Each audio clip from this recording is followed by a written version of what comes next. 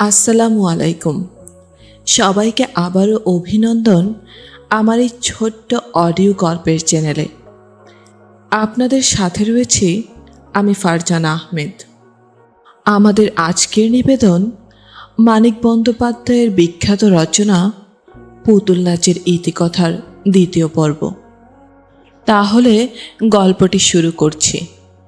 মতির জন্য পাট্য দেখিতে গিয়া খালের ধারে বটগাছের তলে হারু ঘোষ অপঘাতে প্রাণ দিয়েছিল।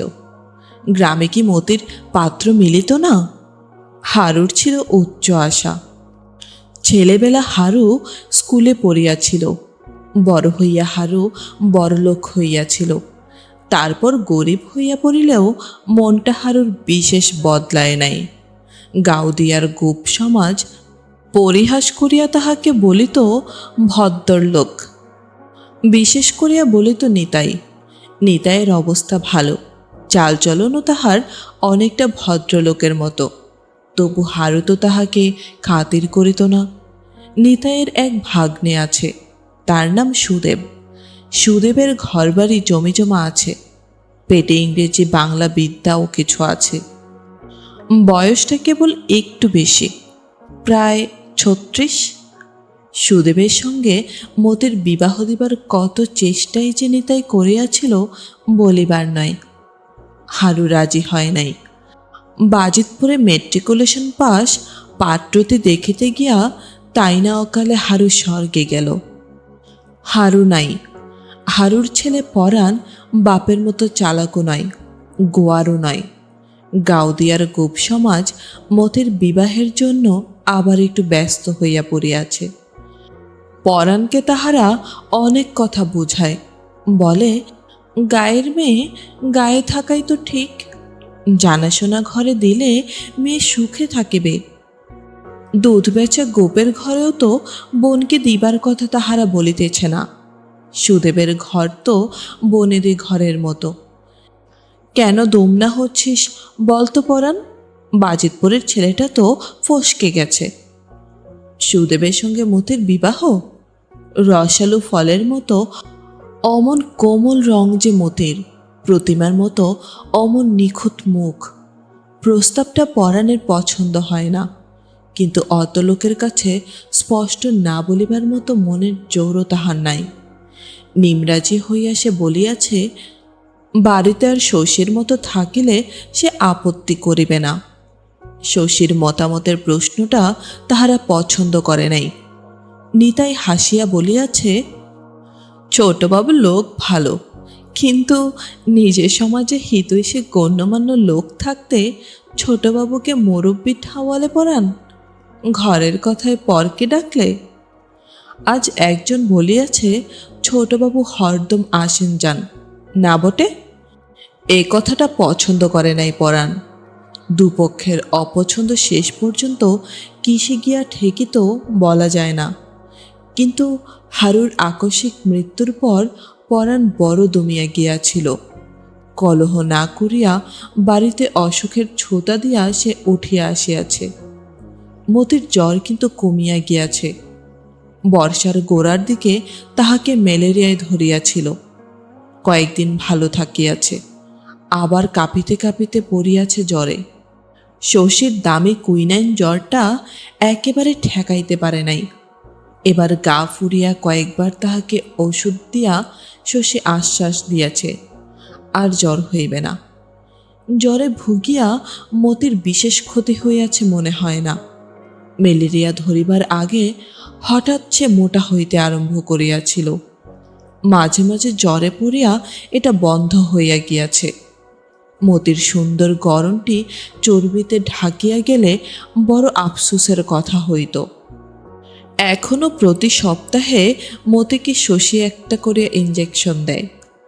সকালে বাড়িতে যে কজন রোগী আসে তাদের ব্যবস্থা করিয়া কালো ব্যাগটি হাতে করিয়া সেই যখন হারু ঘোষের বাড়ি যায়, হয়তো তখন বেলা হইয়াছে, সমস্ত উঠান ভরিয়া গিয়াছে রোদে। মতির ভীত শুকনা মুখ দেখিয়া শশী হাসিয়া বলে, এতবার দিলাম, এখনো তোর ভয় গেল না মতি? কোন হাতে নিবি আজ? স্পিরিট দিয়ে ঘষিলে মতির বাহুতে ময়লা ওঠে। শশী বলে, বড় নোংরা তুই মতি, গায়ে সাবান দিতে পারিস না? ইঞ্জেকশন দিয়া শশী দাওয়ায় বসে। পরাণ বলে, একটা পরামর্শ আছে ছোট বাবু। বিষয়টা মতির বিবাহ সংক্রান্ত শুনিয়া শশী জাকিয়া বসিয়া বিড়ি ধরায়। ছেলের ইশারায় মোক্ষদা সরিয়া আসে কাছে। বুচিও আসিয়া ছেলে কোলে কাছে দাঁড়ায়। কুসুমকে দেখিতে না পাইয়া শশী মনে মনে আশ্চর্য হয়। পূর্বের ভিটার ঘরখানার ছায়া ঘরের মধ্যেই সংকুচিত হইয়া গিয়াছে।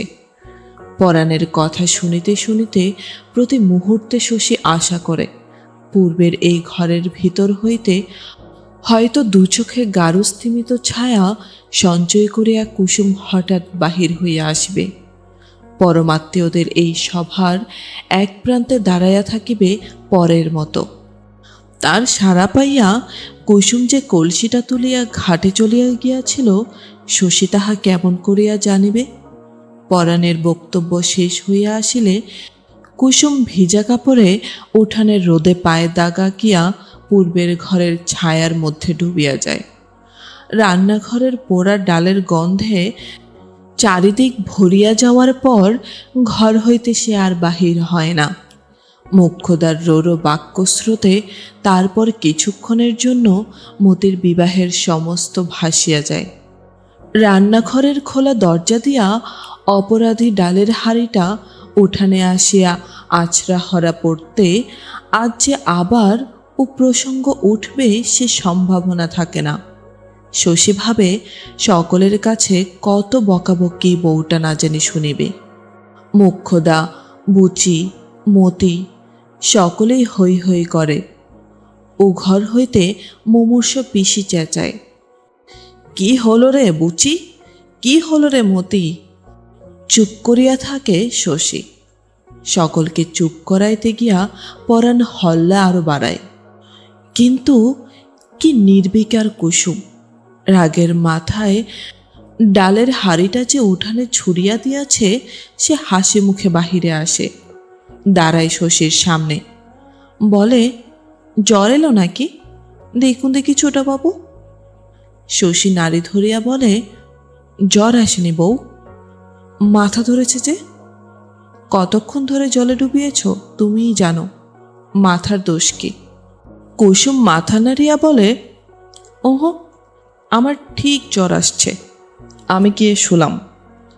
জালো মতি, আজ তুই রাতবি যা। কুসুম ঘরে গিয়া শুইয়া পড়ে। কিন্তু শুইয়া কেন থাকিতে পারিবে এই চঞ্চলা নারী? খানিক পরে উঠিয়া আসিয়া না বলিতেই পরাণকে এক ছিলিম তামাক দিয়া সে অদূরে বসিয়া পড়ে।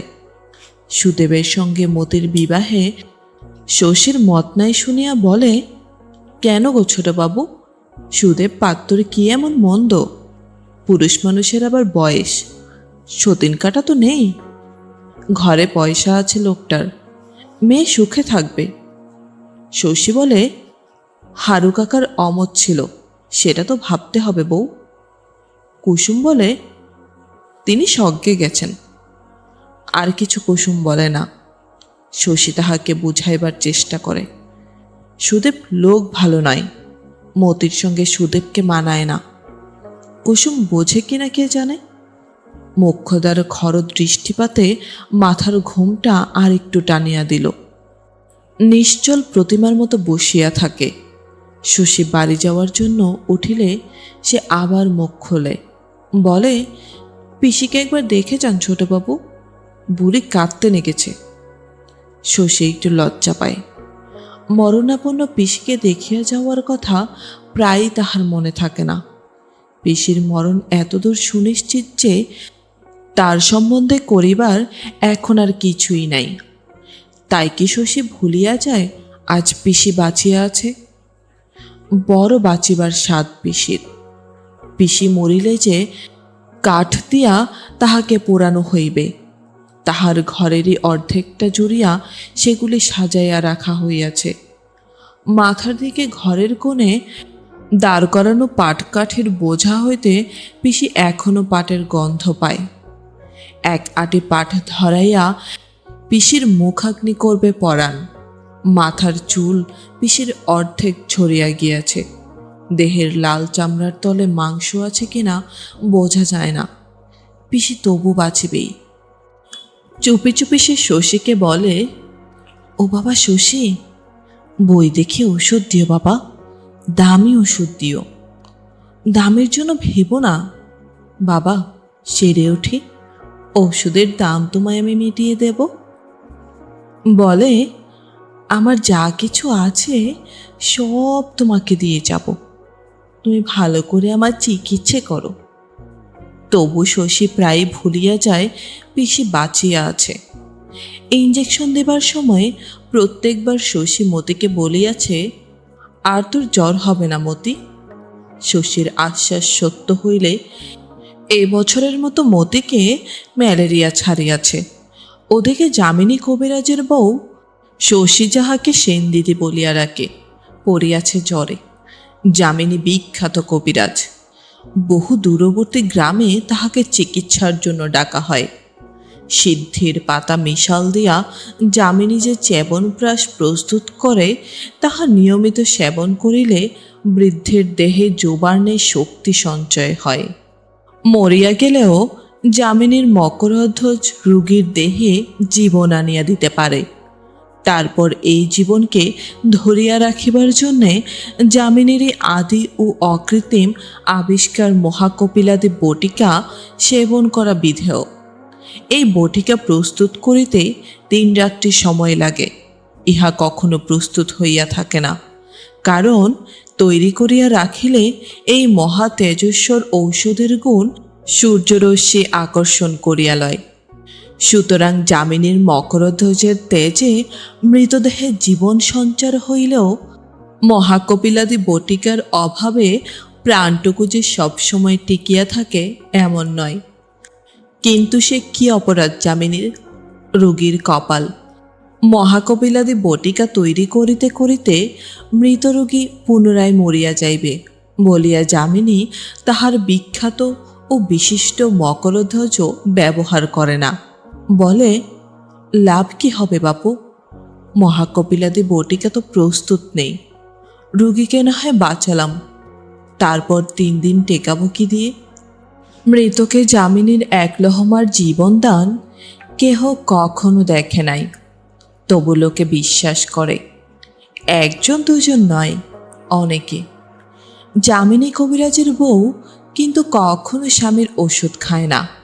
অসুখ হইলে এতকাল সে বিনা চিকিৎসাতেই ভালো হইয়াছে। এবার জ্বরে পড়িয়া শশীকে ডাকিয়া পাঠাইল। গোপাল তখন বাড়িতে ছিল। শশীর হইয়া সে বলিয়া দিল, বলগে যাচ্ছে। তারপর শশী যাইতে নিষেধ করিয়া দিল। শশী বলিল, কেন যাব না কেন? গোপাল বলিল, কবে তোমার বুদ্ধি পাকবে ভেবে পায় না শশী।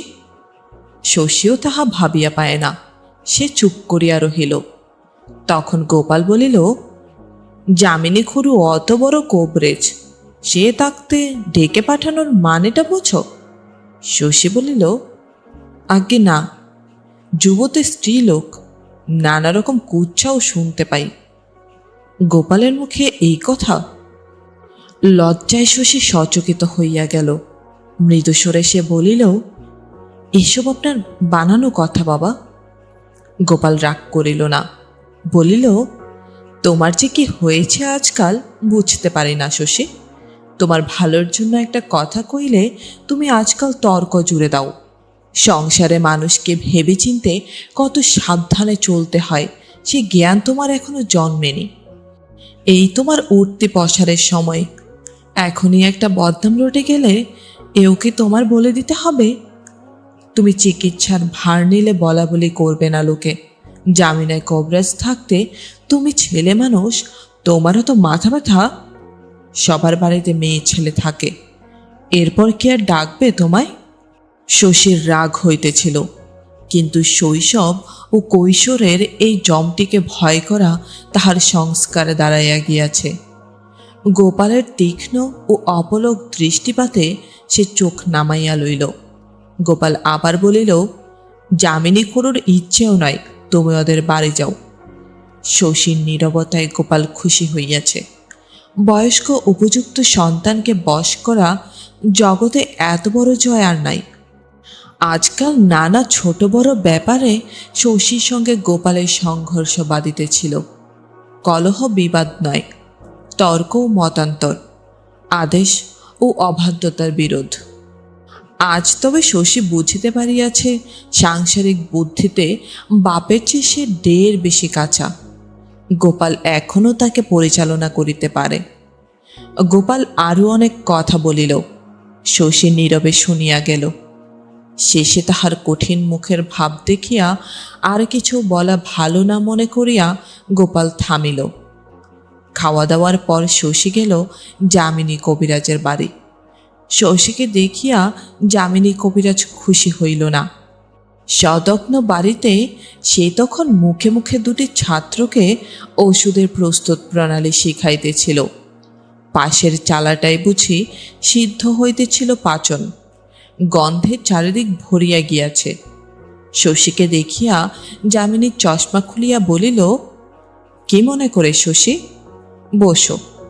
শশী বলিল, সেনদিদির অসুখ শুনলাম ঠাকুরদা, একবার দেখা করে যাই। অসুখ? যামিনী হাসে। কার কাছে শুনলে? জ্বর বুঝি হয়েছিল একটু কাল? না রে কুঞ্জ, আজ অসুখ কোথা? তবে বুঝি কোনো কাজে ডেকেছেন? বলিয়া শশী ভেতরে গেল। সেনদিদি শুইয়াছিল, আচ্ছন্ন অসুস্থ মৃতকল্প সেনদিদি। গায়ের উজ্জ্বল রং লাল হইয়া অনন্তের রঙের সঙ্গে মিশিয়া গিয়াছে। সারা গায়ে আরো অস্পষ্ট সব চিহ্ন। শশী যা চেনে। শশীর মুখ শুকাইয়া গেল। শরতের গোড়ায় এই রোগ সেনদিদি পাইল কোথায়? গাউদিয়া গ্রামে, কলিকাতা শহরে, দেশে বিদেশে কোথাও শশী যার মতো রূপসী দেখে নাই। শুধু রূপের জন্যই হয়তো সে মিথ্যা কলঙ্ক কিনিয়াছে। একই রোগ ধরিয়াছে তাহাকে।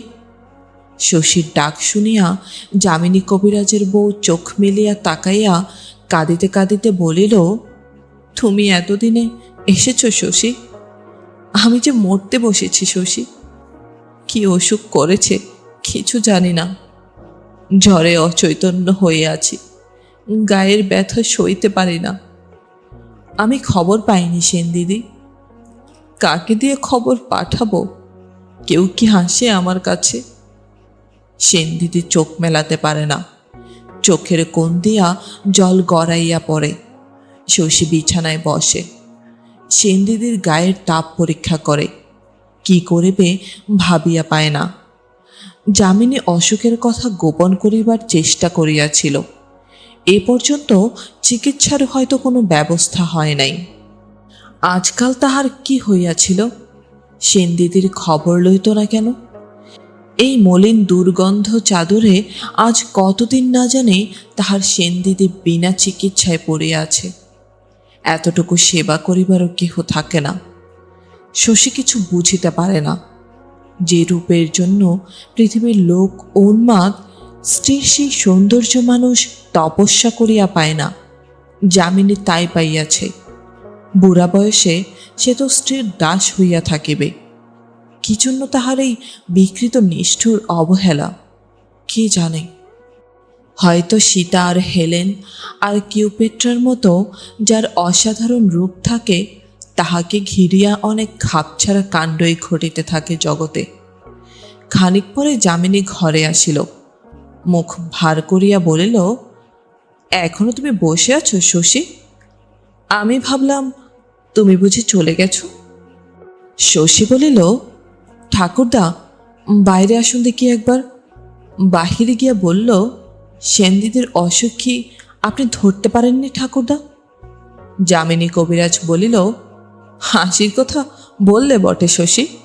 40 বছর কবরেজি করছি। 3টে জেলায় যামিনী কবরেজের নাম জানে না এমন লোক নেই। আমায় তুমি শুধোচ্ছ রোগ ধরতে পারেনি? এক নজর তাকালে রোগ নির্ণয় হয়। ওর হয়েছে ম্যালেরিয়া। ম্যালেরিয়া নয় ঠাকুরদা, বসন্ত। শশী বলিল, হ্যাঁ বসন্ত, শরৎকালে বসন্ত, বলিল যামিনী কবিরাজ। বলিল বটে, যামিনীর মুখে কালি পড়িয়াছে কিসের? শশীর কাছে যামিনী যেন অভিমান করিতেছে। একটা পাণ্ডুর ভয় আর কালো চিন্তার রাশিকে গোপন করবার অভিনয়। শশী কড়া সুরে বলিল, আমি সেনদিদির চিকিৎসার ভার নিলাম ঠাকুরদা। ছি ছি, আজ পর্যন্ত কিছুই করেননি? খায়নি কি আমার ওষুধ? শশী ঘরে গিয়া বসিল। কি ভাবিয়া যামিনীও ঘরের মধ্যে গিয়া দাঁড়াইয়া রহিল। শশী দারুণ বিপন্ন বোধ করিতেছিল আর বিষণ্ণতা। কয়েকদিন আগে সাতগাঁয়ে সে একটি বসন্তের রুগী দেখিতে গিয়াছিল। তাহাকে শশী বাঁচাইতে পারে নাই, বাঁচাইবার চেষ্টাও সে করিতে পারে নাই। তাকে ডাকা হইয়াছিল একেবারে শেষ মুহূর্তে। শেষ পর্যন্ত রোগীর চিকিৎসা করিয়াছিল সাতগাঁর কবিরাজ যামিনীর পূর্বতন ছাত্র ভূপতিচরণ। শশীর হঠাৎ মনে পড়িয়াছে, সেই রোগীটি মারা যাইবার পর যামিনী হাসিয়া বলিয়াছিল, আমার ছাত্র যাকে ছাড়পত্র লিখে দিল তাকে বাঁচাবে শশী, আমাদের শশী। শশী প্রাণ দিয়া সেনদিদির চিকিৎসা ও সেবা আরম্ভ করিল। অন্য রোগীরা তাহাকে ডাকিয়া পায় না। বাড়িতে কারো জ্বর জ্বালা হইলে চোখে পলকে পরীক্ষা শেষ করিয়া ঔষধ দেয়, না বলিলে আর খবর নেয় না। বন্ধু বান্ধব, আত্মীয় স্বজন সকলকে সে অবহেলা করে। যায় না হারু ঘোষের বাড়ি বিনা কাজে অথবা মতিকে ইঞ্জেকশন দিতে। কুসুম ভাবিল শশী বুঝি রাগ করিয়াছে। তালবনের তালপুকুরে পদ্ম তুলিতে গিয়া মতি আশা করিতে লাগিল, ছোটবাবু আজ নিশ্চয়ই আসবে, ছোটবাবুকে একডালা পদ্ম দেব। কিন্তু কুসুমের মনে শশীর ওপর রাগ কমিল না। মতির পদ্ম ফুলের বিচি দিয়া রাধা হইল তরকারি। শুধু সেনদিদির ব্যবস্থা করিতে হইলে শশী হয়তো চারদিকে তাকানোর সময় পাইত। চিকিৎসা আরম্ভ করিয়া এ বাড়িতে গোপালের এবং ও বাড়িতে যামিনীর উপদেশ, সমালোচনা ও বাধাদানের বহরে সে বিপন্ন বিব্রত হইয়া রহিল। ব্যাপারটা সে ভালো বুঝিতে পারে না। সময় সময় তাহার মনে হয় তাহার চিকিৎসায় ওদের শ্রদ্ধা নাই। এই কথাটা এমনইভাবে প্রকারান্তরে তাহাকে জানাইয়া দেওয়া হইয়াছে, কিন্তু চিকিৎসার আর কোনো ব্যবস্থাও তো নাই। ভালো হোক মন্দ হোক, তার চিকিৎসাকে ছাটিয়া ফেলার মধ্যে যুক্তি আছে কোনোখানে? আমার ওষুধ খায় না বলিয়া যামিনী নিজে চিকিৎসা করিতে রাজি নয়। ওরা মারিয়া ফেলিতে চায় নাকি সেনদিদিকে? তাই বা কেন চাহিবে? তাছাড়া যামিনীর এই লজ্জাকর পাগলামিতে গোপাল এভাবে সাহায্য করিতেছে কেন? তার স্বার্থ কি?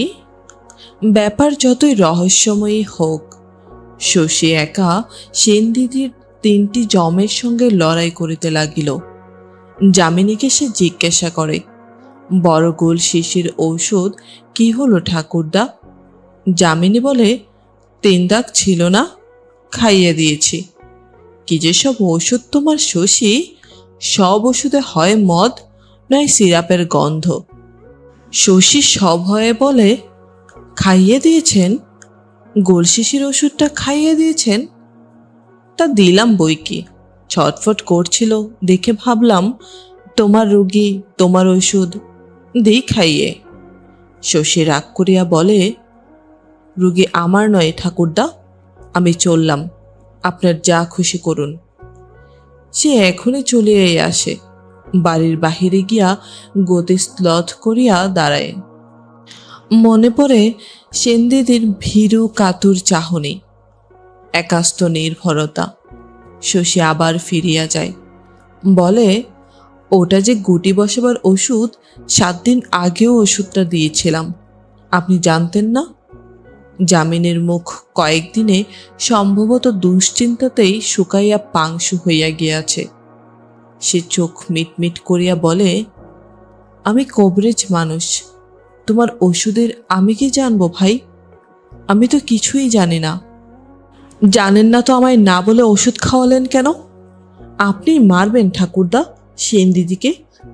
গুটি পাকছে, এখন আপনি খাইয়ে দিলেন গুটি বসানোর ওষুধ। যামিনী কথা কয় না। শশী একটু নরম হইয়া বলে, বড় অন্যায় করেছেন ঠাকুরদা, আর যেন এমন করবেন না কখনো। যামিনী বলে, আমার একটা ওষুধ খাইয়ে দিবে শশী, তাড়াতাড়ি যাতে গুটি পাকে।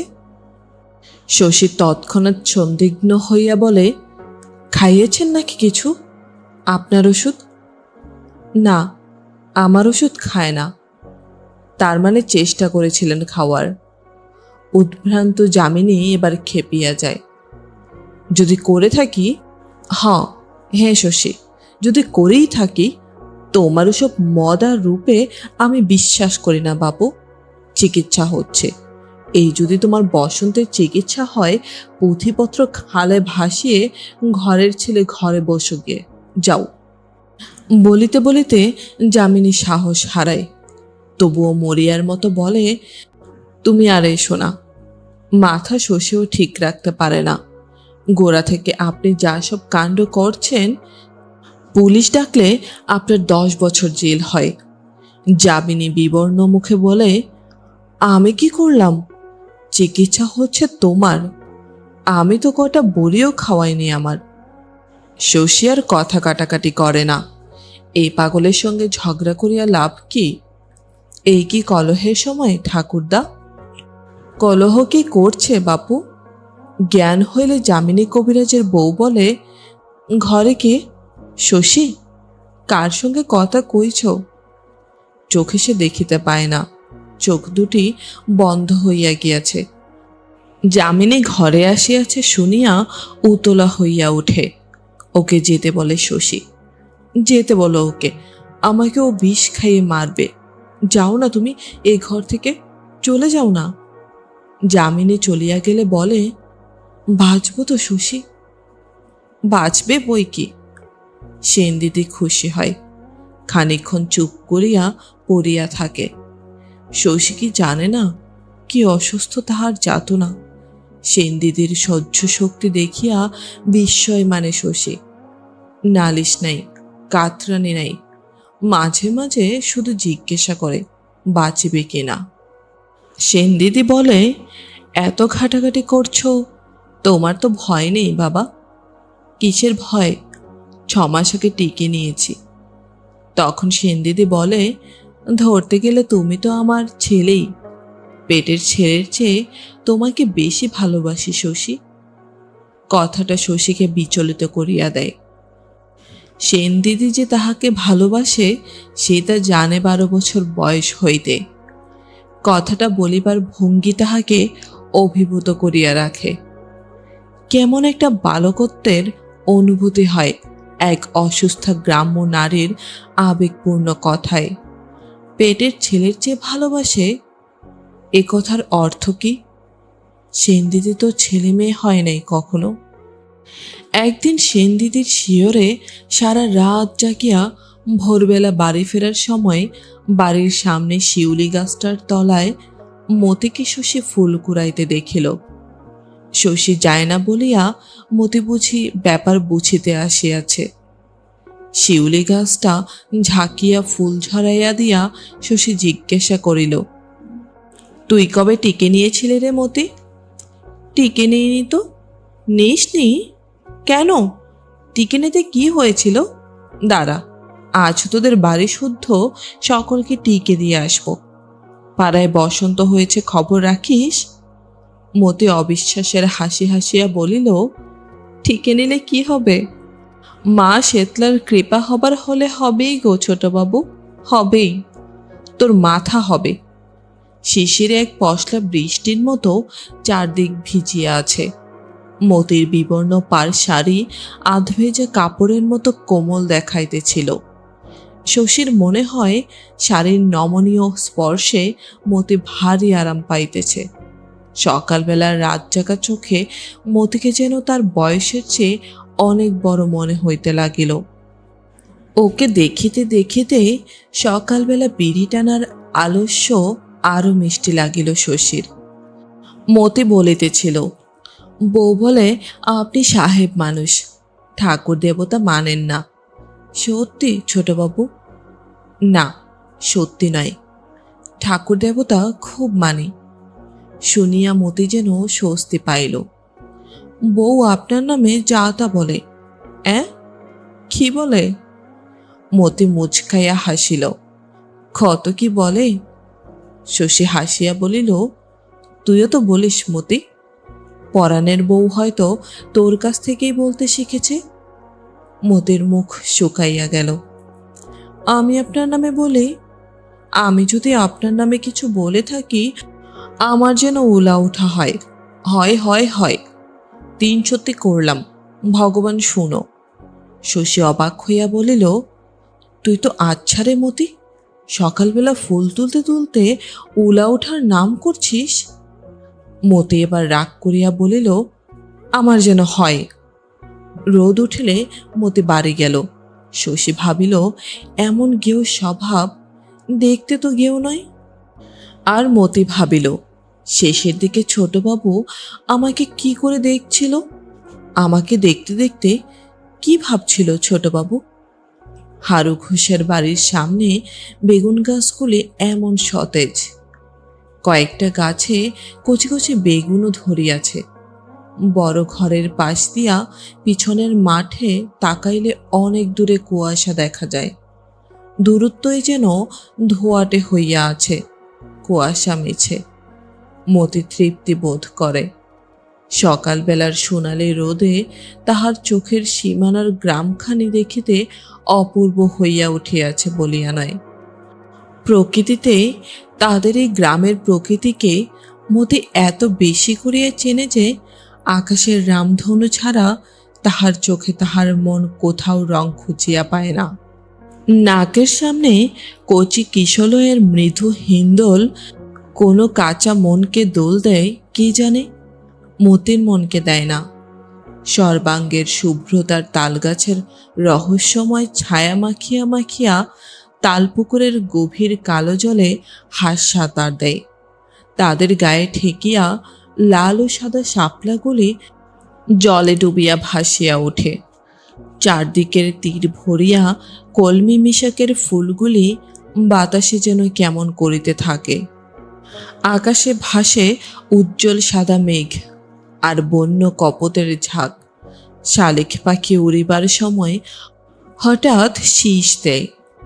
অল্প দূরে কাতুরা পাখির পাঠশালা বসে। বাতাসে থাকে কত ফুল, কত মাটি, কত ডোবার মেশানো গন্ধ। মতি কিছু দেখে না, কিছু শোনে না, কিছু শোকে না।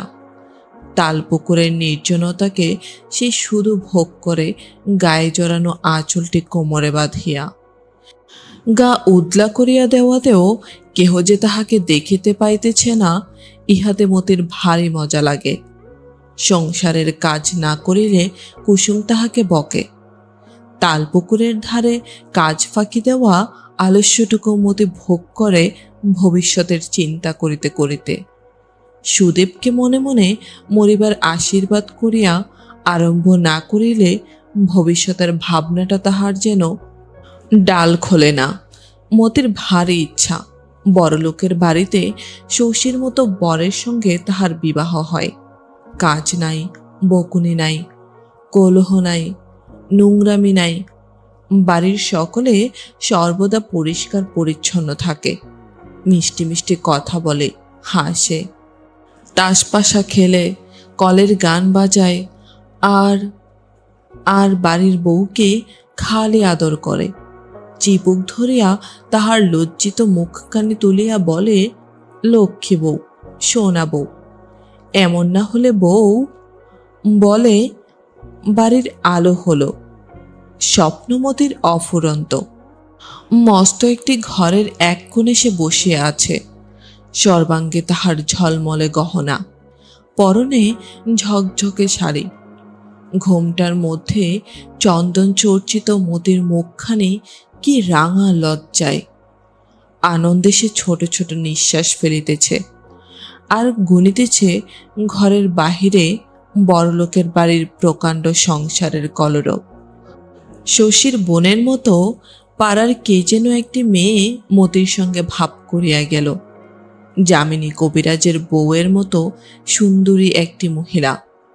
মতির বোধ হয় সে ননদী হইবে।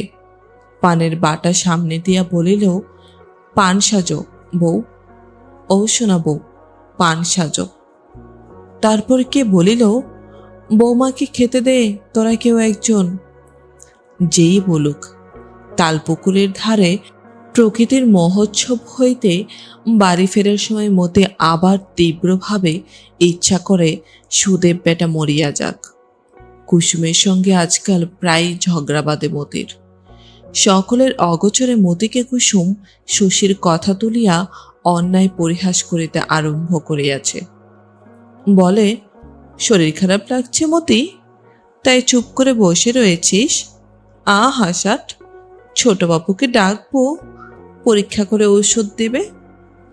মতি বলে, কেন লাগতে এলি বউ? তোর আমি কি করেছি? কুসুম বলে, চোখ ছল ছল করছে, দেখলে ছোটবাবুর বুক ফেটে যাবে।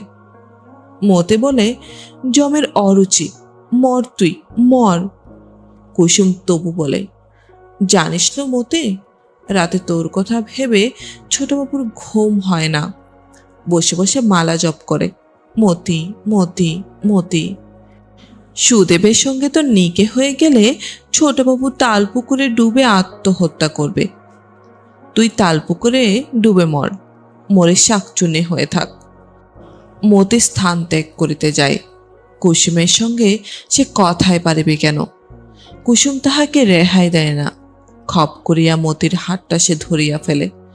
মুখের কাছে মুখ লাগাইয়া গিয়া অপলক চোখের তারা স্থির রাখিয়া কথাগুলিকে দাঁতে কাটিয়া কাটিয়া বলে, লজ্জা নেই তোর? এত বড় ধে মেয়ে তুই, লজ্জা নেই তোর? পেটে ভাত জোটে না, গয়লার মুখ্য মেয়ে তুই। ছোটবাবুর তুলনায় তুই ছোট লোক ছাড়া কি? অত তোর পাকামি কিসের? অমনি করিস বলেই তো বিরক্ত হয়ে ছোটবাবু আর আসে না। তারপর মতি কুসুমের হাত দেয় কামড়াইয়া। তাহাকে ছাড়িয়া দিয়া দংশিত হাতখানা ঘুরাইয়া ফিরাইয়া কুসুম দাঁতের দাগগুলি ভালো করিয়া দেখে। কামড়ালি? আমাকে তুই কামড়ালি? দাঁড়া, তোর আমি কি করি দেখ। কি করিবে? কুসুম তাহার কি করিবে? বুক ধুরু ধুরু করে মতির। ছোটবাবুকে যদি বলিয়া দেয়। মতির মনে হয় সে কুসুমের হাত কামড়ায় দিয়াছে শুনিলে ছোটবাবু অনেক ভয়ানক রাগ করিবে।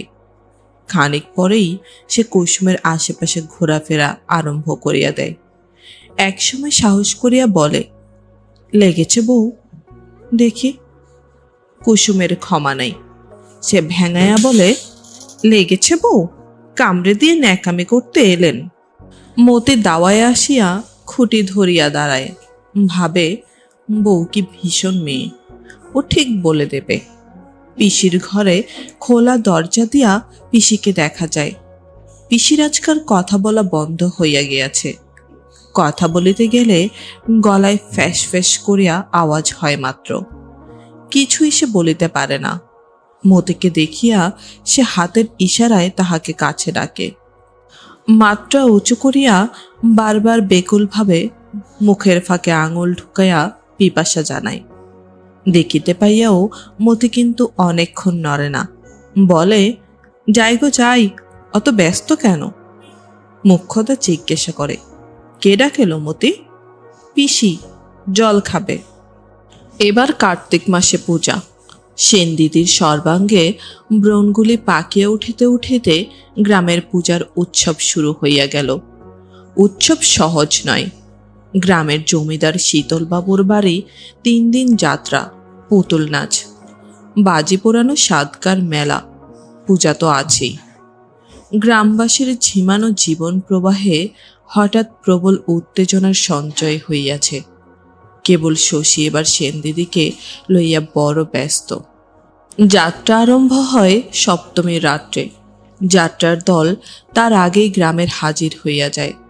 বায়না দেবার সময় শীতলবাবু অধিকারীকে বলিয়া দেন, দল যেন 2-1 দিন আগেই আসবে বাবু। এক রাত্রে বেশ করে ঘুমিয়ে রাস্তার কষ্ট দূর করে অভিনয় করবে। এবার যে দলকে বায়না দেওয়া হইয়াছিল সে দল এ অঞ্চলের নয়। বিনোদিনী অপেরা পার্টির আদি আস্তানা খাস কলকাতায়। বাজিতপুরের মথুরা সাহার ব্যবসা উপলক্ষে কলিকাতা আসা যাওয়া আছে। কিছুদিন আগে ছেলের বিবাহে এই দলটি সে কলিকাতা হইতে ভাড়া করে আনিয়াছে। লোকমুখে দলের প্রশংসা শুনিয়া শীতলবাবু সেই সময় বায়না দিয়া রাখিয়াছিলেন, কাল বিকালে বিনোদিনী অপেরা পার্টি আসিয়া পৌঁছিয়াছে। মস্ত দল, সঙ্গে অনেকগুলি বড় বড় কাঠের বাক্স। দেখিয়া গ্রামের লোক খুশি হইয়াছে। দলের অধিকারী বিএ ফেল, তবে দলে তাহার দুজন বিএ পাশ অভিনেতা আছে। শোনা অবধি সকলে উত্তেজিত হইয়া উঠিয়াছে। থিয়েটার? ওহো, যাত্রা। অপেরা পার্টির নাম যে, তাই ভালো, যাত্রাই ভালো। সাতগার কাছারি বাড়িটা সাফ করিয়া যাত্রাওয়ালাদের থাকিতে দেওয়া হইয়াছিল। দলের সকলের মশারি নাই, কুসুমদের আছে। রাত্রে তার ঘুম মন্দ হয় নাই। সকালে উঠিয়া সে শশীর সঙ্গে দেখা করিতে আসিল। শশী অবাক হইয়া বলিল, তুই? কুমুদ? কুমুদ হাসিয়া বলিল, না রে, আমি প্রবীর। শশী বুঝিতে পারে না, প্রবীর কি? প্রবীর? গ্রামে বিনোদিনী অপেরা পার্টি এলো, চারিদিকে হইচই পড়ে গেছে, খবর পাসনি? তুই যাত্রা জলের সঙ্গে এসেছিস কুমুদ? তুই যাত্রা করিস? কথাটা বিশ্বাস করিতে এত বিস্ময় বোধ হয়। কুমুদ বদলাইয়া গিয়াছে, মুখে আর সে জ্যোতি নাই, চুলে সেই অন্যমনস্ক বিদ্রোহ নাই। অত সকালেও কুমুদ কিছু প্রসাদন সরিয়া তবে দেখা করিতে আসিয়াছে। তবু যতই বদলাক, এ তো সেই কুমুদ। মানের বই না দেখিয়া যে একদিন তাহাকে ক্লাসের কাব্য সঞ্চয়নে শৈলীর দুর্ভূত কবিতা বুঝাইয়া দিয়াছিল, মোনালিসার হাসির ব্যাখ্যা করিয়াছিল। কুমুদ বলিল, খড়ি বই কি যাত্রা? প্রবীর সাজি, লক্ষণ সাজি, চন্দ্রকেতু সাজি, আরো কত কি সাজি। গলা ফাটিয়ে পার্ট বলি, 700 মেডেল পেয়েছি। শশী অবাক হইয়া বলিল, আয় ঘরে আয়, বসে সব বলবি চল। কুমুদকে শশী তাহার ঘরে লইয়া গেল। ঘরে গিয়া আরেকবার বলিল, একদিন পরে তুই এলি কুমুদ, এতকাল পরে তোর সঙ্গে দেখা হলো, কি আশ্চর্য। তাহার বিছানায় বসিয়া ঘরের চারদিকে চাহিতে চাহিতে কুমুদ বলিল, এত আশ্চর্যের কি আছে? 3 বছর ধরে বাংলাদেশের কত গ্রামে ঘুরেছি তার ঠিক নেই। এবার তোদের গ্রামে এলাম। যাত্রার দলে ঢুকলি কেন? সে এক ইতিহাস শশী। বাড়ি থেকে দিলে খেদিয়ে, নিলাম চাকরি, চাকরি থেকেও দিলে খেদিয়ে। একদিন অন্তর আপিস গেলে কে রাখবে? ঘুরতে ঘুরতে বহরমপুরে বিনোদিনী অপেরা পার্টির যাত্রা শুনে অধিকারীর সঙ্গে ভাব জমালাম। অধিকারী লোক ভালো রে শশী। পরীক্ষা করে 70 টাকা মাইনে দিয়ে দলে নিলে। 2-4টে সেনাপতির পার্ট করে গলা খুলল। খুব আবেগ ভরে চেঁচাতে শিখলাম। 1 বছরের মধ্যে মেন অ্যাক্টর। 80 টাকা মাইনে দেয়। মাসে 8টার বেশি পালা হলে পালা প্রতি 5 টাকা করে বোনাস। দলে আমার খাতির কত। কুমুদ হাসিল। Grand success. শশীও হাসিল। তুই শেষে যাত্রা করবি এ কথা ভাবতেও পারতাম না কুমুদ। আমি কি ভাবতে পারতাম? তখন আকস্মিক কথার অনটনে শশী বলল, আজ তুই এখানে খাবি ভাই, সারাদিন থাকবি। কুমুদ বলিল, বেশ। মনে মনে শশী ভারী খুশি হইয়াছিল। এতকাল পরে কুমুদের সঙ্গে দেখা হইয়াছে, শুধু এই জন্য নয়, কুমুদ নামিয়া আসিয়াছে বলিয়া। কুমুদের সেই অন্যমনস্ক সরল ঔদ্ধত্য নাই। নিজেকে সংসারের আর সকলের চেয়ে স্বতন্ত্র, সকলের চেয়ে বড় মনে করিতে সে ভুলিয়া গিয়াছে। এটুকু শশী প্রথম হইতে টের পাইতেছিল।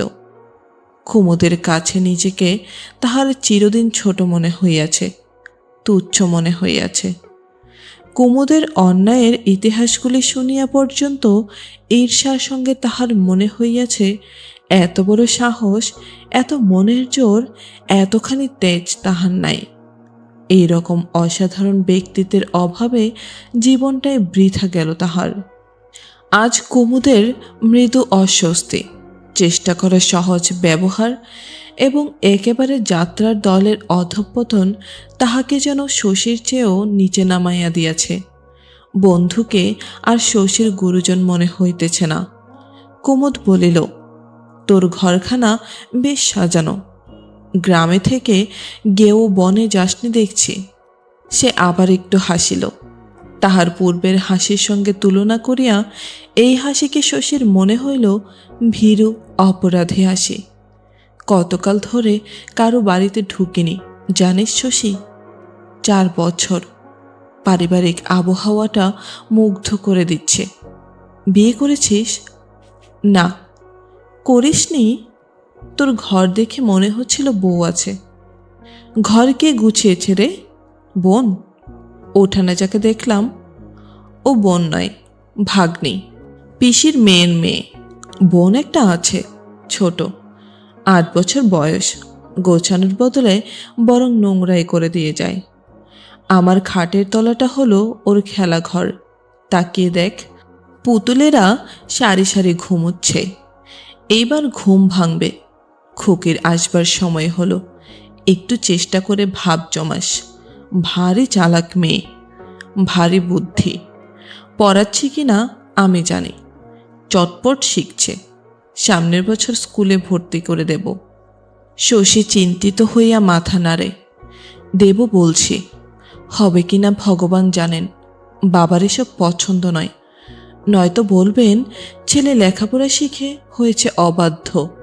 মেয়ে কি হবেন ঠিক কি? স্কুলে টুলে দিয়ে কাজ নাই বাপু, শেখা না, বাড়িতেই শেখা। কুমুদ শশীর মুখের ভাব লক্ষ্য করিতেছিল। বলিল, বুঝিয়ে দিস, আজকাল মেয়েদের স্কুলে না দিলে চলে না। বুঝিয়ে? বাবাকে? বাবা সেকেলে। কথা বদলায় বলিল, ঘরকে গোছায় বলছিলি? লোকের অভাব কি? এ হলো বাংলাদেশ। একজন রোজগার করে, 10 জনে খায়। ঘর গোছাবার লোকের অভাব নেই। তবে বন্ধুকে শশীর চোখ ঠারিল। নিজের ঘর আমি নিজেই গোছাই। শশীকে যামিনী কবিরাজের বউয়ের কাছে যাইতে হইবে। এই কর্তব্য অবহেলা করিবার উপায় ছিল না। বন্ধুকে খই আর মোয়া আর চন্দ্রপুলি খাওয়াইয়া শশী বিদায় লইল। গ্রামে পর্দা প্রথা শিথিল, কিন্তু সে গ্রামেরই চেনা মানুষের জন্য। শশীর বাড়ির মেয়েরা সকালবেলা অন্তপুরে পাক খায়।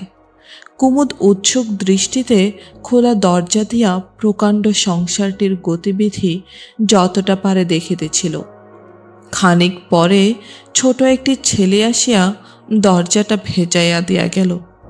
কুমুদ আহত হইয়া ভাবিল, আমি তো ওদের দেখিনি। ওদের কাজ দেখছিলাম যে আমি। সকলে মিলে কি রচনা করছে তাই দেখছিলাম। জামাটি গায়ে দিয়া কুমুদ বেড়াইতে বাহির হইয়া গেল। একটা পরিবারের গোপন মর্ম স্পন্দন দেখিয়া ফেলার অপরাধ একা একা অন্তপুরের একটা ঘরে বসিয়া সহ্য করা কঠিন। বাড়ি হইতে বাহির হইয়া পড়িয়া কুমুদের চোখে পড়িল হারু ঘোষের বাড়ির পেছনে তালভবনের ওপাশে উঁচু মাটির টিলাটির দিকে। সে সেই দিকে চলিতে আরম্ভ করিল। জীবনে সে যত পুণ্য অর্জন করিয়াছে তার পাপের হিসাবটা আজ এখানকার মতো ধরিয়া তালবনের গভীর নির্জনতায় হঠাৎ তাহার পুরস্কার কে দিল, মানুষের বুদ্ধিতে তাহার বিশ্লেষণ নাই। হয়তো শশীর বাড়ির মেয়েরা অকারণে তাহাকে যে লাঞ্ছনা দিয়াছিল, জীবনের নিরপেক্ষ দেবতা, ভোরের বাতাস, পাখির কলরব আর ঋজু তালগাছগুলির প্রহরায় রক্ষিত যুগাস্তের পুরাতন নিভৃত শাস্তির উপলক্ষে ক্ষতিপূরণ করিলেন। এত সহজে সেন্টিমেন্টাল করিয়া দিতে পারে। একটি সুখী পরিবারের অন্তপুর ছাড়া পৃথিবীতে এমন স্থান আছে কুমুদ তাহা জানিত না। এত কি কুমুদ জানিত যে এই অহেতুক আনন্দ তাহার মৃত্যুরই শেষ ভূমিকা? তালপুকুরের ধারে পৌঁছিয়া হঠাৎ তাহার মনে হইল কি একটা রবারের মতো নরম জিনিসে পা পড়ে আছে। চোখের পলকে হলুদ রঙের নরম জিনিসটার মুখ মাটি হইতে উঠিয়া আসিয়া তাহার হাঁটুর কাছে কামড়াইয়া ধরিল। লেজের দিকটা জড়াইয়া গেল তাহার পায়ে। কুমুদ জীবনে কত পাপ করিয়াছে, পরিমাণ তার কম নয়। অল্প একটু পুণ্যর কয়েক মিনিট ব্যাপী অসাধারণ পুরস্কারের পর এই তার শাস্তি। ঘাড় ধরিয়া সাপের মাথাটা কুমুদ হাঁটু হইতে ছিনাইয়া লইল। সাপ সাপ শুনিয়া আগে আসিল মতি, ভিজা শরীরে শুকনো কাপড়টা কোনো মতে জড়াইয়া। কুসুম ওভাবে ছুটিতে পারে না, তাহার আসিতে দেরি হইল। সাপ দেখিয়া মতি বলিল, ও তো ডোরা সাপ, জলে থাকে, ওর বিষ নেই। কুমুদের মৃত্যু ভয় প্রবল। কুসুম আসিয়া সায়না দেওয়া পর্যন্ত মতির কথা সে বিশ্বাস করিল না। বিশ্বাস করিয়াও হাঁটুর উপরে রুমাল দিয়া সজোরে বাঁধিয়া সন্দিগ্ধভাবে বলিল, শশীকে একবার ডেকে আনো খুকি, দেখুক যদি বিষ থাকে। চেনো তো শশীকে? তোমাদের পাড়াতেই থাকে, ডাক্তার। কুসুম মুচকিয়া হাসিয়া বলিল, জালো খুকি, ছোটবাবুকে ডেকে আন। তাহার হাসিটা কুমুদের ভালো লাগিল না। ছোটবাবু কে হন? খানিক পরে কুসুমের এই কথার জবাবে সে তাই সংক্ষেপে শুধু বলিল, কেউ না, বন্ধু। ছোটবাবু আমাদের বলতে গেলে একরকম আপন লোক, দুবেলা আসেন। এ কথা শুনিয়াও কুসুমকে হঠাৎ আত্মীয় জ্ঞান করিয়া বসিবার মতো মনের অবস্থা কুমুদের ছিল না। সে বলিল, ডোরা সাপের বিষ থাকে না কেন? সব সাপের কি বিষ থাকে? ডোরা হলো জলের সাপ। আমায় একবার কামড়েছিল, হয়তো ওই সাপটাই হবে। একদিন খুব ভোরে এই পুকুরে নাইছি, বেড়াতে বেড়াতে ছোটবাবু এসে পুকুর পাড়ে দাঁড়িয়ে গল্প করতে লাগলেন। এমনই সময় সাপটা এইখানে কামড় দিল। কুসুম তাহার লিভারটা দেখাইয়া দিল। তাহার বোধহয় ধারণা ছিল মানুষের হৃদয়ের অবস্থানটা ওইখানে। ছোটবাবুকে বললাম, সাপে কামড়েছে ছোটবাবু। শুনে ছোটবাবু মুখে যা হয়ে গেল। কি হয়ে গেল? কুমুদ কৌতূহল বোধ করতেছিল। শুকিয়ে গেল, ছাইবর্ণ হয়ে গেল। সাপের কামড়ে তোমার কিছু হলো না? কুমুদ তুমি বলায় কুসুম রাগ করিয়া বলিল, কথা বলতে সে কোণে দেখছি তুমি, বদ্ধ লোক তো। তারপর দুইজনেই দমিয়া যাওয়ায় আর কথা হইল না। তালগাছগুলি নিঃশব্দে দাঁড়াইয়া রহিল। একটা মাছরাঙা ঝুপ করিয়া তালপুকুরে আশ্রাইয়া পড়িল। দুপুরবেলাটা বন্ধুর সঙ্গে গল্প করিয়া কাটাইয়া বেলা পড়িয়া আসিলে কুমুদ বিদায় গ্রহণ করিল। সকাল সকাল পালা শুরু হবে। যাবি তো শশী? যাব বই কি, নিশ্চয়ই যাব। হারুর বাড়ির পেছনে সাতগা পর্যন্ত বিস্তারিত ধানের ক্ষেত। তালপুকুরের ধার হইয়া ক্ষেতের আল দিয়া কুমুদ সাতগায়ে কাছারি বাড়ি পৌঁছিল।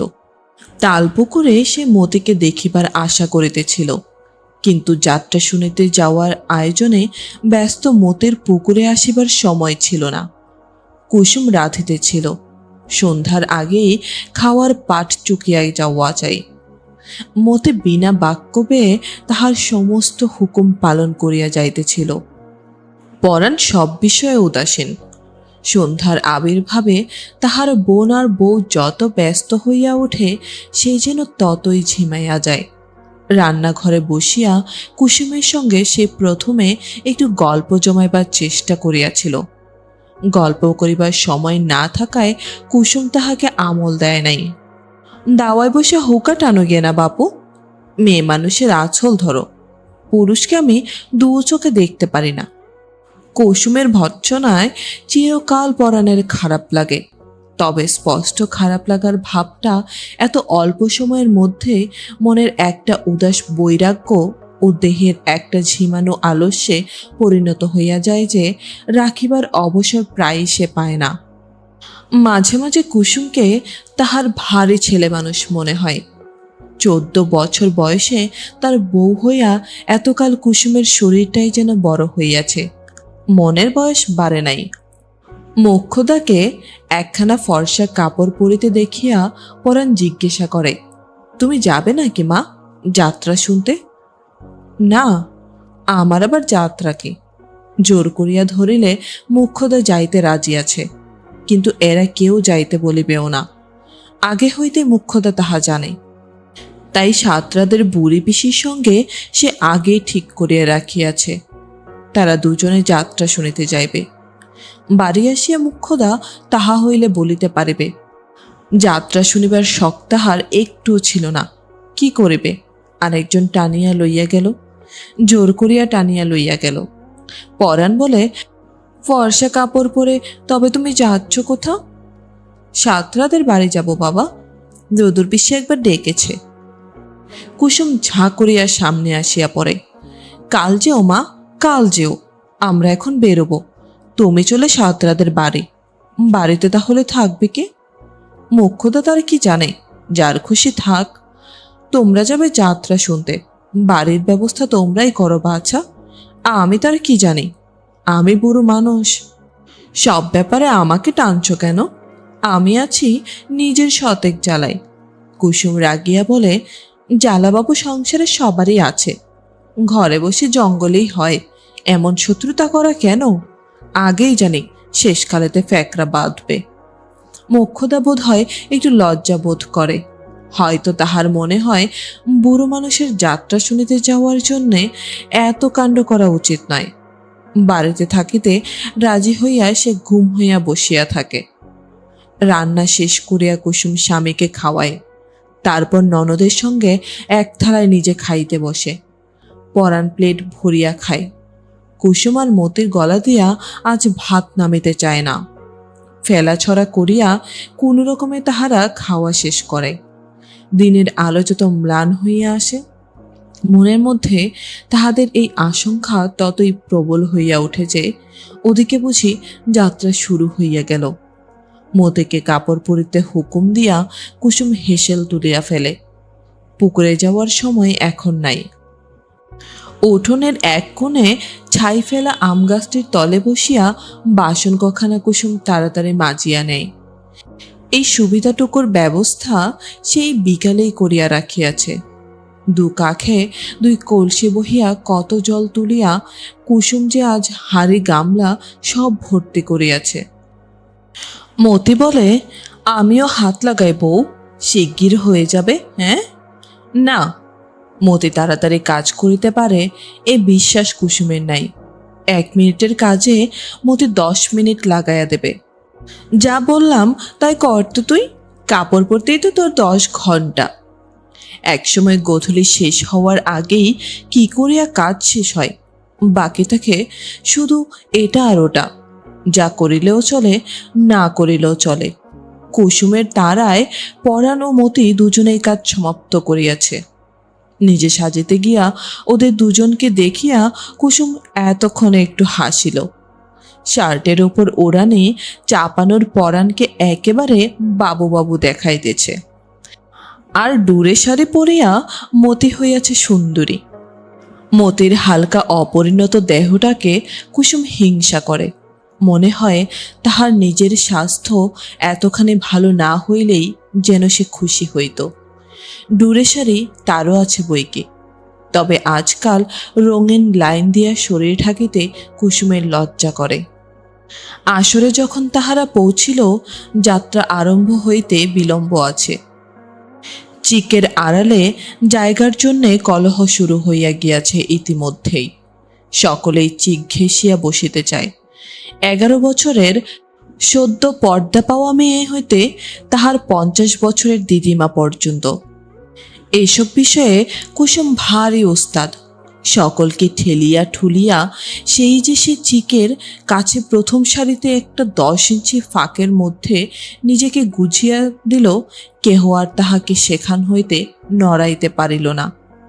মতি তাহার পিঠের সঙ্গে মিশিয়া সংস্কৃত সাহিত্যের ছুঁচের পেছনে সুতা চলার উপমার মতো আগাইয়া আসিয়াছিল।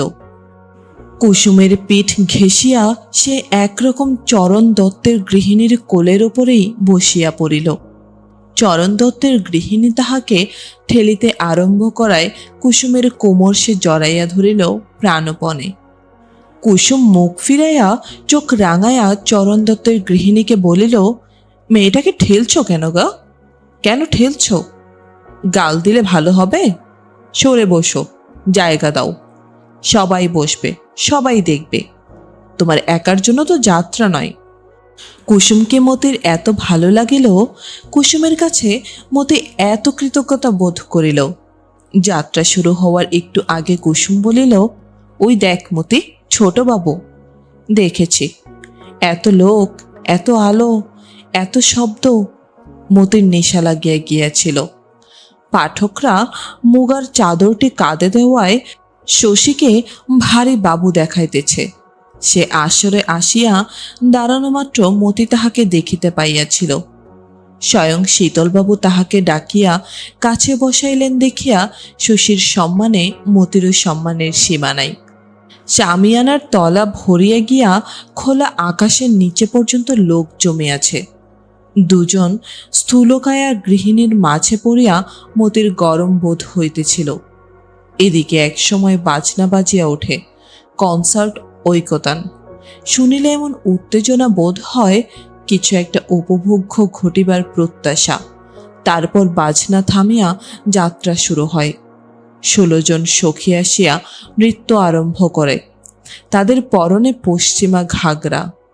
মতি ফিস ফিস করিয়া বলে, বেটা ছেলে সখী সেজেছে না বউ?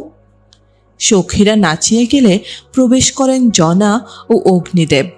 জনাকে দেখিয়া মতির সন্দেহ হয়, ও নিশ্চয়ই মেয়ে মানুষ বউ না। তোর মাথা, চুপ কর, শুনতে দে। প্রবীরের প্রবেশ দ্বিতীয় দৃশ্যে। গঙ্গাদেবীর পুত্রঘাতী অর্জুনকে যথাবিধি শাস্তি দিবার প্রতিজ্ঞামূলক এক পৃষ্ঠব্যাপী স্বাগত উক্তির পরে প্রবীরকে দেখেই আসর মুগ্ধ হইয়া যায়। স্মার্ট সাজ পোশাক, কি লালিত্যময় যৌবন মূর্তি, তলোয়ারটা কি চকচকে। কথা যখন সে বলে, আসরে একটা শিহরণ বহিয়া গিয়া শ্রোতারা যেন পরম আরাম বোধ করে। জমিবে, প্রবীরের পাঠ জমিবে, খাসা জমিবে। যেমন রাজপুত্রের মতো চেহারা, তেমনই চমৎকার গলা। প্রবীরের প্রিয়া মদন মঞ্জুরিও আসরে আছেন। এত লোকের মাঝে এই যেন একান্ত নির্জন রাজোদ্যান। এমনই নিঃসংকোচ নির্ভুল আবেগমথিত স্বরে প্রবীর তাহাকে ভালোবাসিতে থাকে। যাত্রার আসরে হাত ধরায় অতিরিক্ত প্রেমস্পর্শ নিষিদ্ধ। সেজন্য প্রবীরের কোনো অসুবিধা আছে মনে হয় না। শুধু কথায়, শুধু অভিনয়ে এতগুলো লোকের মনে সে বিশ্বাস জন্মায় দেয় যে তাহারা দুজন এক দেহ, এক প্রাণ। অবাক হয় কুসুমার মতে। কুসুম বলে, ওলো, এই যে সেই লোকটা। মতি বলে, কি সুন্দর করছে বউ, মনে হচ্ছে যেন সত্যি। কুসুম একটু হাসে, যেন তোর সঙ্গেই করছে না। মতি জবাব দেয় না, শোনে। প্রবীর বলে, রাগ করিয়াছ? রাগ কেন করিয়াছ অবোধ বালিকা? কেন এত অভিমান? দুটি চোখে কেন এত বর্ষণা? মুখে মেঘ নামিয়াছে, দুলে দুলে ফুলে ফুলে উঠিতেছে বুক। দেখে মনে হয় আমি যেন বকিয়াছি তোরে, মন্দ বলিয়াছি। এই গাম্ভীর্য, এই হাসিহীন এত কঠোরতা ফুলে কি মানায় সখী? মানায় কুসুমে? আমি তোরে ভালোবাসি, সত্য কহিয়াছি, প্রাণ দিয়ে ভালোবাসি তোরে। সাক্ষী নারায়ণ, সাক্ষী মোর হৃদয়ের। মতির বুকের ভিতর শিরশির করে। কুসুম মনে মনে অধীর হইয়া ভাবে, বলে না লক্ষ্মী ছাড়ি, রাগ করিনি। মুখ ফুটে ও কথা তুই আর বলতে পারিস না। ধন্যী প্রাণ তোর। রাত 3টা অবধি যাত্রা শুনিয়া আসিয়া ঘুম ভাঙিতে পরদিন সকালেই বেলা হয়। হয় না শুধু শশী আর পরাণের, যামিনী কবিরাজের বউ রোগের বিপজ্জনক অবস্থায় উপনীত হইয়াছে। সকাল সকাল উঠিয়া স্নান করিয়া শশী তাহার কাছে যায়। পরাণের বিঘা জমির ফসল অবিলম্বে ঘরে না তুলিলেই নয়। নিজে উপস্থিত না থাকিলে ২৭টা খেজুর গাছের রসই তাহার অর্ধেক চুরি হইয়া যাইবে। তালগাছ ছাড়া আর কোনো গাছ পরাণ এবার জমা দেয় নাই। এবার সে নিজেই খেজুর রস জাল দিয়া গুড় করিবে। ডাঙা জমিতে এবার সে কিছু মূলারু চাষ করিবে স্থির করিয়াছে। শশী বলিয়াছে, জমিতে হাড়ের সার দিলে মূলা ভালো হয়। ১০ গুড়া হাড় পরাণ পরীক্ষার জন্য আনায়া লইয়াছে। এখনো জমিতে দেওয়া হয় নাই। পরাণের অনেক কাজ।